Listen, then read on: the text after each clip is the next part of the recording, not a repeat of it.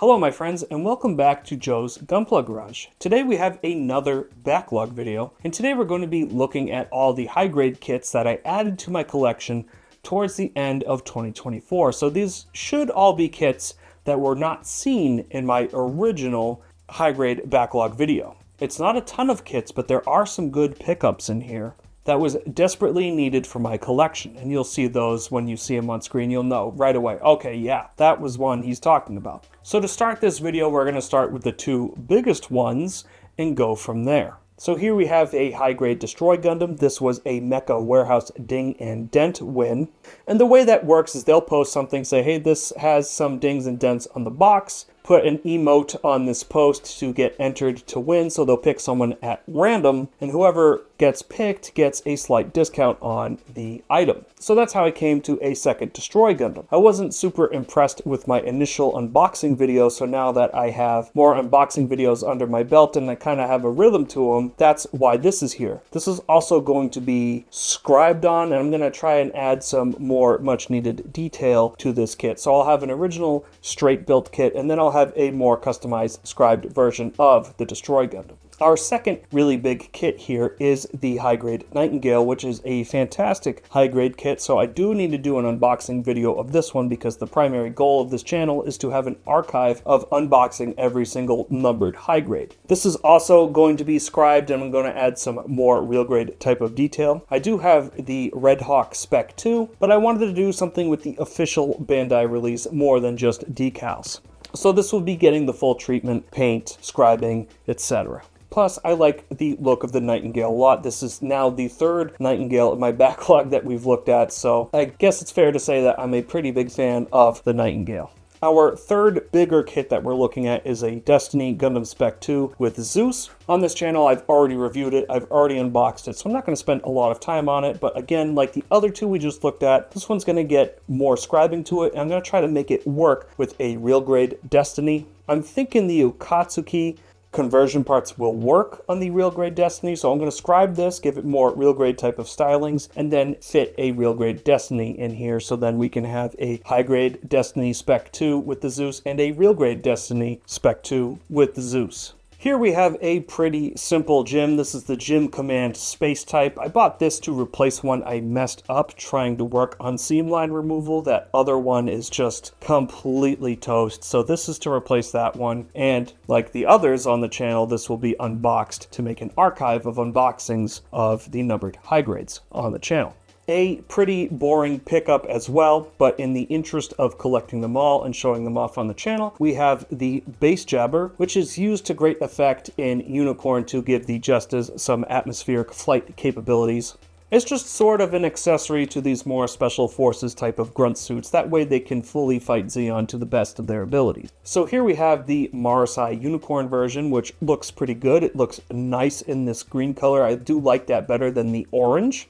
I think this is the Gabthali weapon. I don't think this is the primary weapon that the Marasai usually has. So it's kind of like a leftover cobbled together machine that's been converted to Zeon use, because originally this was an Earth Federation Force suit.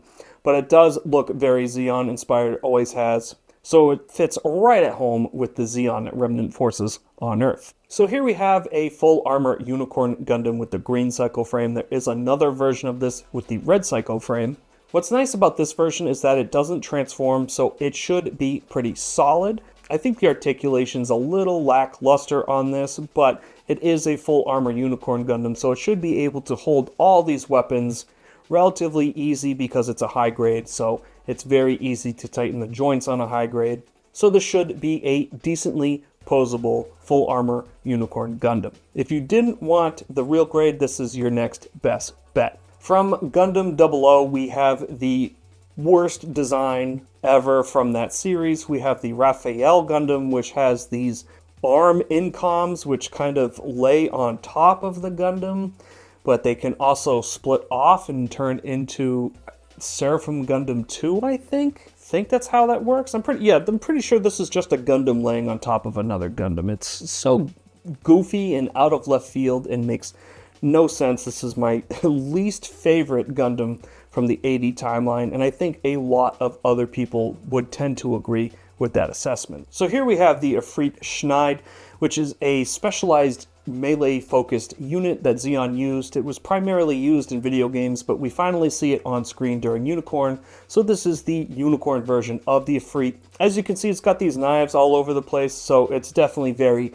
melee-focused. It's in this type of magenta color, and it looks pretty decent. I know almost nothing about the Efreet. I think it's from Missing Link. I think it's from the Dreamcast game, but I'm not really sure, so some Gundam scholars are going to have to let me know in the comments below. From Unicorn Mobile Suit Variation, we have the Gundam Delta Kai. Now, we don't get to see this animated, but this is a very busy type of Delta design. It looks like it's got some funnel racks on the back there, and it has a unique Wave Rider type of transformation. I think this is a very cool looking Delta. It's got all these different capabilities. It's got this longer beam rifle. It's definitely busy. I'll definitely tell you that it's a busy looking design, but I think it's just not busy enough for me to like it. If it was a little more busier, I probably wouldn't like it as much, but I definitely do like the Delta Kai quite a bit. It's got a nice color scheme, and looking at the box, it definitely looks like it has a lot of features, including a transformation.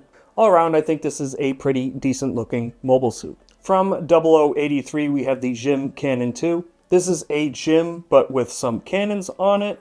Duh, it's in the name.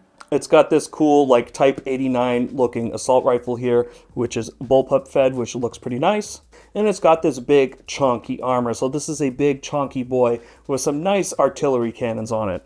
I definitely like this quite a bit better than the gun cannon mass production type. This looks way better aesthetically. It's a design that looks like it's ready to deal some damage, and it's got a much better shield. I just all around like the Jim Cannon 2 a lot better than the gun cannon mass production type, which this is obviously inspired by. Here we have an oldie. We have the S Gundam, so this isn't the XS Gundam, just the original S Gundam, which originally debuted in Gundam Sentinel. This is quite an old high grade, so I'm kind of curious how these older high grades handle these more bulky, bigger types of designs. So I'm going to have to build this pretty soon just to see what it's like. The S Gundam is iconic. It's a fan favorite for many, many people, and was designed by one of our favorite mecha designers, Hajime Katoki. What is not to love about the S Gundam? Another boring pick, we have a base jabber unicorn version. Again, this is just a base jabber designed to give the Feddies some atmospheric flight capabilities. We see this a lot, I believe, in episode 3? Could be 2, but episode 3, where the Jestas are fighting with the Xeon Zaku 1 sniper that's in the Fat Uncle. I believe that flyer type is called a Fat Uncle for whatever reason, but someone will have to fact check me on that. Just an accessory type unit to get these mobile suits to fly in atmosphere. Here we have a high grade that really doesn't look a whole heck of a lot different from its real grade counterpart. This is the Crossbone Gundam X1. Now there is an X2 version of this one. We can see that there on the box. I don't think this version comes with the cape, so that might be some big difference here. But it's a fan favorite and classic design of the Crossbone in high grade form.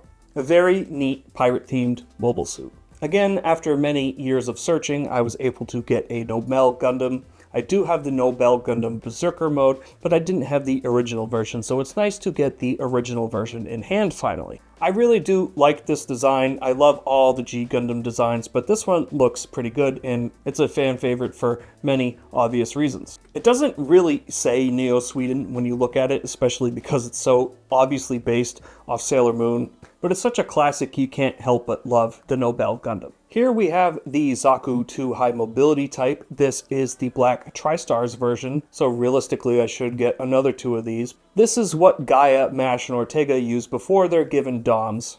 And we see this a lot in the Origin series. There is separate kits for those Origin ones. But this is the official UC Humble Beginnings of the Black Tri-Stars. It's the same Haimo Zaku that we got with Shin Matsunaga as well as Johnny Britton. The loadout may just be a little different, and of course the colors. Here we have high-grade Blue Destiny Unit 1 exam mode. Now what's interesting about this is that we got the Blue Destinies earlier in the high-grade line, but it wasn't the exam versions. So now we have the exam modes, and these should use the Ground Gundam updated joints, as opposed to the older ones which use the older Ground Gundam, but the older Ground Gundam wasn't necessarily bad either. It's actually pretty solid. It still holds up today. So looks like they probably just wanted an excuse to use the blue Destiny designs again with these newer joints from the newer Ground Gundam. Here we have a really old, really kind of ugly looking version of GP01. I put off buying this for a very long time because I thought that the real grade did this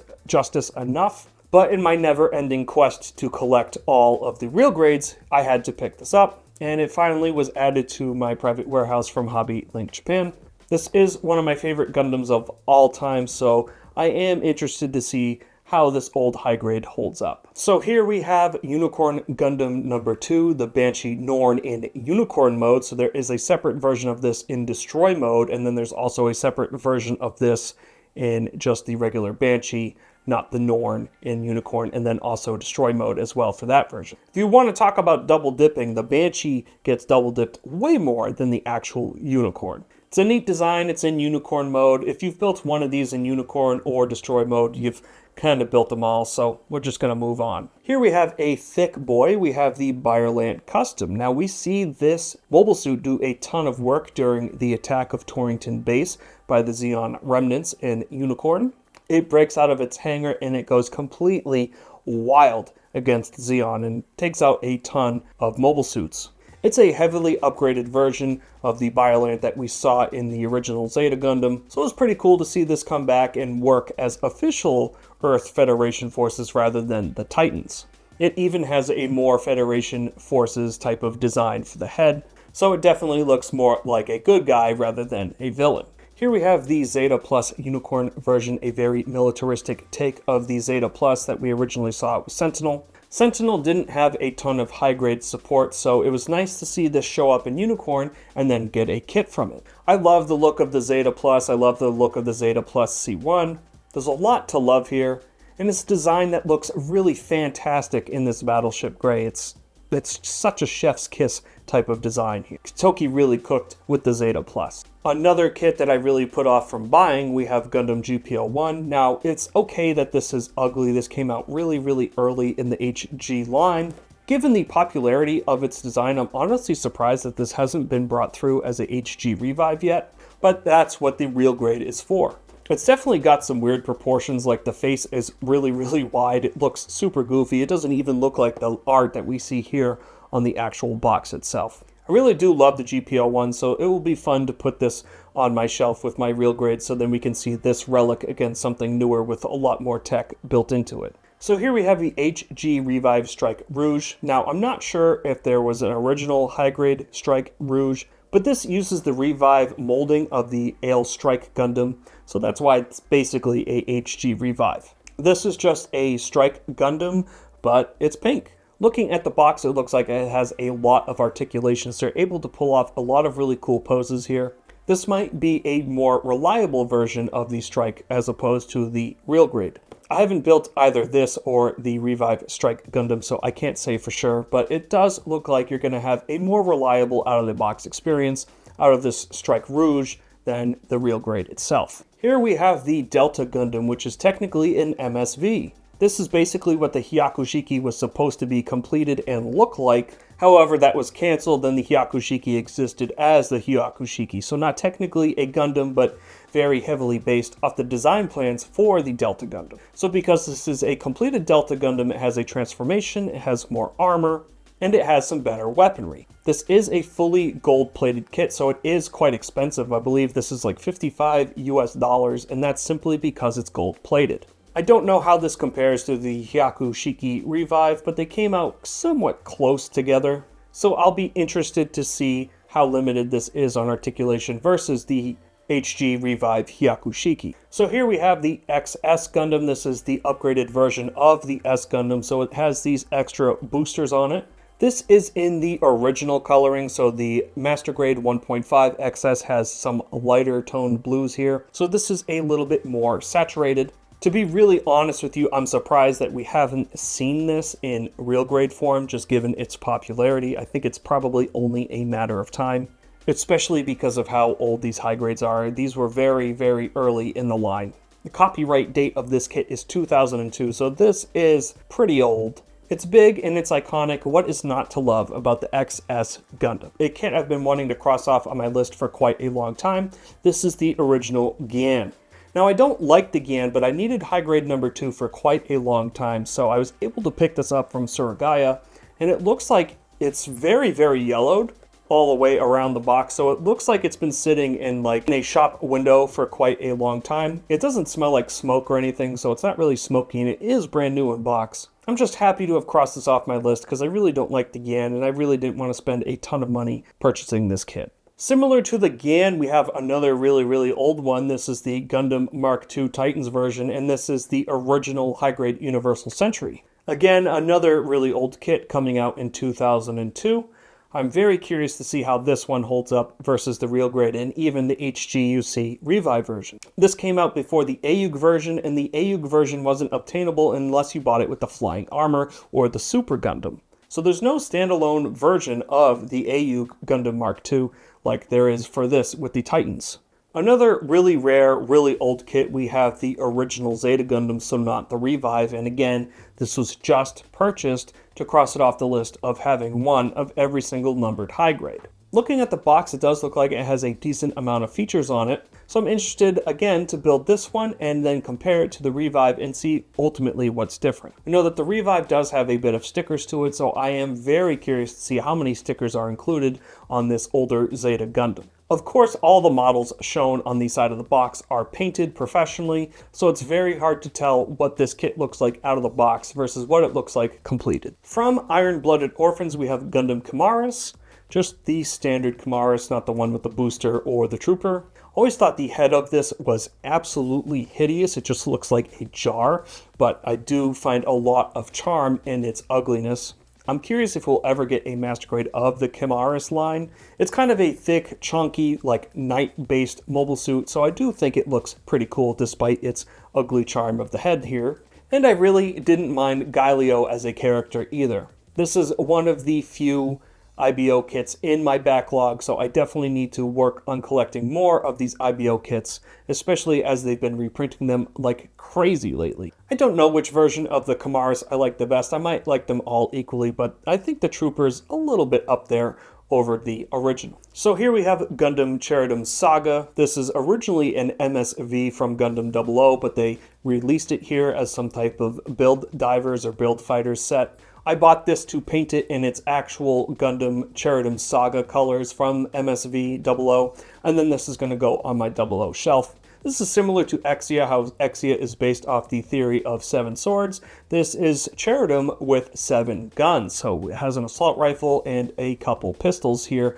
built into the actual kit itself. So if you needed to reload, you don't actually have to. You can just chuck the pistol away and pick up another gun. And it's a neat take of a sniper designation, making it suited for all-out attacks instead. Because I feel like being generous, we're going to throw some perfect grades into this video as well. Here are all the perfect grades in my backlog right now. Starting off with number 1, we have the GP01, which I still think is the Gunpla with the most amount of parts included in it, because you can essentially build it in GP01 or GP01 FB, so there are a ton of parts here. It's such a big box, and it is pretty sun-faded because I got this pretty cheaply from a proxy buyer over in Japan. The box has definitely seen better days, so I might need to build this sooner rather than later because the box is absolutely hideous. It looks like there's some water damage on it now, which I don't think was there before, so I don't really want a moldy box in my house, so I might build this pretty quickly.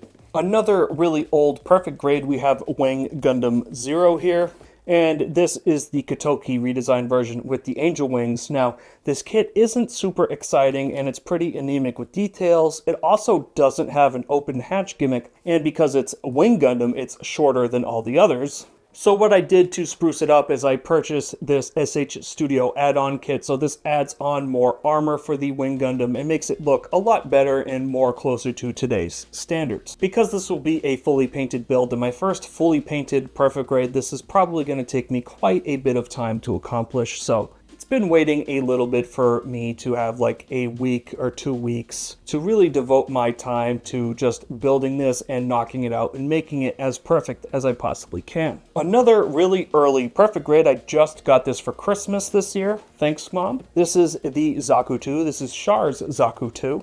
I do like its minimalistic box. I know the proportions on this are a little wonky, like the feet are a little weird, but I don't care. I love going back and building older kits and seeing how far modeling technology has come. And plus, these older inner frames are super, super detailed, and the open hatch gimmick on these older perfect grades is usually pretty good. Usually you can open a lot more than you can on newer perfect grades. So it'll be nice to build this and see this Zaku in its 1/60 scale perfection. Another older perfect grade with wonky proportions, we have the Zeta Gundam in this nice minimalistic blue box.